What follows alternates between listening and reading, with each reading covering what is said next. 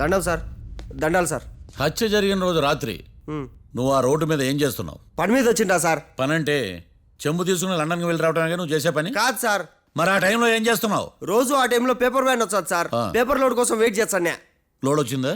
వచ్చింది. డౌన్లోడ్ అయిందా? అయింది. హత్య చేసి కారులో పారిపోతున్న వాళ్ళిద్దరిని చూశానన్నావు, నిజమేనా? నిజమే సార్. యువర్ ఆనర్, ఉదయం పూటే రోడ్డుకి అవతల పక్కన ఉన్న దాబాను మనం సరిగ్గా చూడలేం. అలాంటిది రాత్రి పూట 5 సెకండ్ల గ్యాప్లో వాళ్ళు కారులో దాబా నుంచి వెళ్ళిపోతుండగా ఇతను ఎలా చూడగలిగాడు అనేదే నా point. This is mission impossible your honour. వీడు పెద్ద టామ్ క్రూజ్. మరి ఎందుకు మిషన్ ఇంపాసిబుల్? సాక్షులు పొరపాటున వేరే వాళ్ళ కారును చూసి నా క్లయింట్ కారు అని అనుకోవచ్చు కదా. ఎందుకు సాక్షులు పొరపాటు పడతారు? ఎందుకంటే వాళ్ళు మనుషులు కాబట్టి, పొరపాట్లు చేయటం మానవ నైజం కాబట్టి. ఓ ఏమో నాడి బలంగా కొట్టుకుంటానదే. ఆ రోజు నువ్వు చూసిన కారు ఇదేనా? ఇదే సార్. కన్ఫర్మ్? Confirm sir. పక్కా? పక్కా సార్. కరెక్ట్? కరెక్టే. సరిగ్గా చూడు. ఇదే సార్. మిఠాయి మాటలు పక్కన పెట్టి క్లారిటీగా చెప్పు. అయ్యో సత్య ప్రమాణంగా సార్, ఆ రోజు నేను చూసింది ఈ కారే సార్. నువ్వు బాగా ముదిరిపోయావురా. ఆ కారు ఎవరిదో తెలుసా? తెలుసు సార్. ఓతో ఆ ఇద్దరు ముద్దల్లే. కాదు, ఇంకోటిది సార్. జడ్జి గారిది. జడ్జి గారు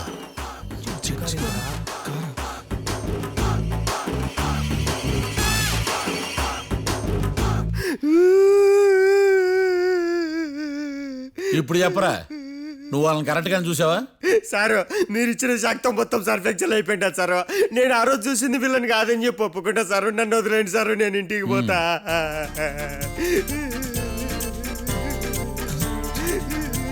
ఈ కేసులో వీడు దొల్లుడు పుచ్చకాయ. చూడమ్మా, వెళ్ళేటప్పుడు 4 లాలీపాపులు కొనుక్కెళ్ళు. ఉంటా సారు, దండాలు సారు. సాక్షుల్ని కంగారు పెడితే నిజం బయటకు వస్తుందని మీ కారని అబద్ధం చెప్పాను సార్. నన్ను తప్పుగా అర్థం చేసుకోకండి. It's okay. అబ్బో, నన్ను ఇరికిచ్చాడేందుడు? మామగారు, ఆ రోజు రాత్రి మీరు ముద్దాయిలను చూసినప్పుడు మీరు కళ్ళద్దాలు పెట్టుకున్నారా? పెట్టుకునే ఉన్నా. అటు కాదమ్మా, ఇటు చూసి చెప్పండి. కళ్ళద్దాలు పెట్టుకునే చూసినా. మీరు కళ్ళద్దాలు ఎన్ని సంవత్సరాల నుంచి వాడుతున్నారు? 60 సంవత్సరాల నుంచి. 60 సంవత్సరాలు. ముద్దాయిలు మీకు ఎంత దూరం నుంచి కనపడ్డారు? 30 అడుగుల దూరం నుంచి కనపడ్డారు. 30 అడుగులు? 30 అడుగులు అంటే your honour, note this point.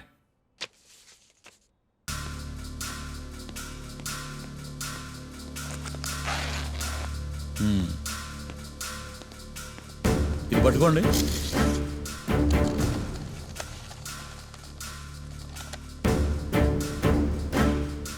అమ్మా, ఇవి ఎన్నేళ్ళు? 4 వేళ్ళు. ఇవి 4 ఏళ్ళు అంటే యువర్ ఆనర్, 4 ఏళ్ళు. సరిగ్గా చూడండి మిస్టర్ ఏకాంతం గారు, 4 ఏళ్ళు. అవునా? ఈ సాక్ష్యం చెల్లదు your honour. That's all your honour. Now public prosecutor mister ఏకాంతం గారు ప్రవేశపెట్టిన సాక్ష్యాధారాలతో నేరం రుజువు చేయలేకపోవడం వలన ఆ సాక్ష్యాలను కోర్టు వారు తొలగించడమైనది.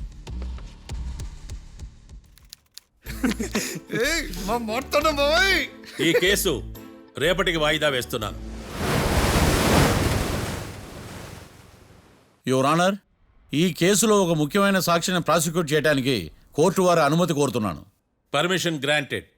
ఆ ముఖ్యమైన సాక్షి ఎవరో తెలుసా యువర్ ఆనర్? మిస్టర్ ఏకాంతం. నేనా? మిస్టర్ ఏకాంతమా? బావా ఏకాంతమైంది బావా. Objection your honour. తనే కాకుండా కోర్టు వారిని కూడా తప్పుదారి పట్టిస్తున్నాడు. Objection over ruled. మిస్టర్ ఏకాంతం, కోర్టు వారికి సహకరించండి.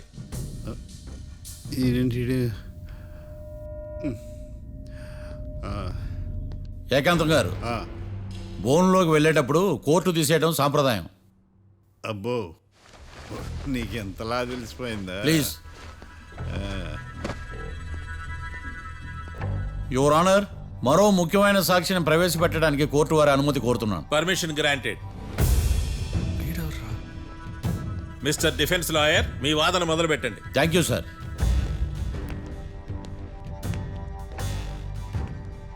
లాయర్ గారు, Yes. మీ పక్కన ఉన్న అతన్ని ఎప్పుడైనా చూసారా?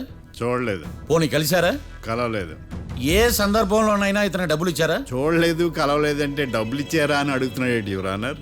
ఓ, ఇతనికి మీకు ఎటువంటి సంబంధం లేదంటారు. ఎటువంటి సంబంధం లేదు. Note this point your honour.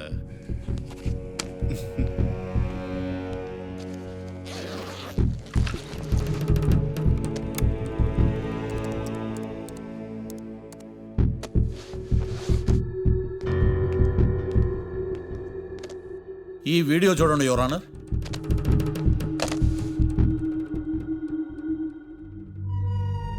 Hello sir.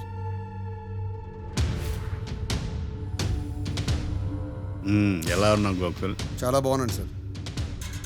నువ్వు నా కోసం ఇంకో మర్డర్ చేయాలి. ఈ కాటా సింగ్ తెలుసు కదా, ఆ స్థలం నాకు ఇవ్వని పొమ్మన్నాడు. అందుకనే వాడిని పంపించాల్సి వస్తుంది.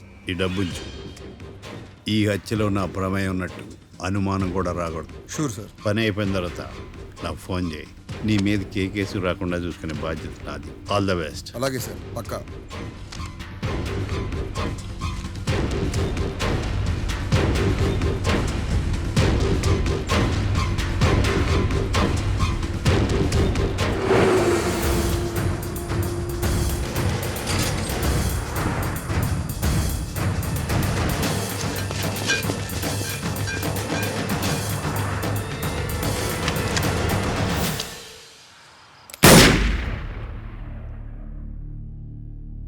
అమ్మ ఏకాంతం ఇంత పని చేశాడా?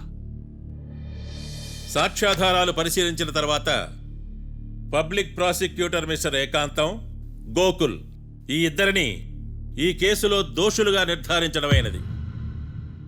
రాకీ, కళ్యాణ్ ఇద్దరిని నిర్దోషులుగా కోర్టు నమ్ముతూ వారిని విడుదల చేయవలసిందిగా పోలీసు వారిని ఆదేశించడమైనది.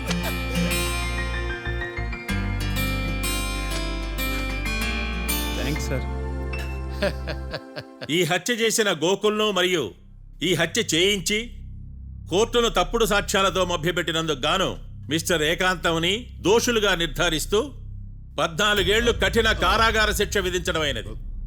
ఈ కేసుని చాలా చాకచక్యంతో పరిష్కరించిన మిస్టర్ మార్తాండవ్ను కోర్టు వారు అభినందిస్తున్నారు. Thank you your honour. Congrats. Congrats. The court is అడ్జర్న్డ్.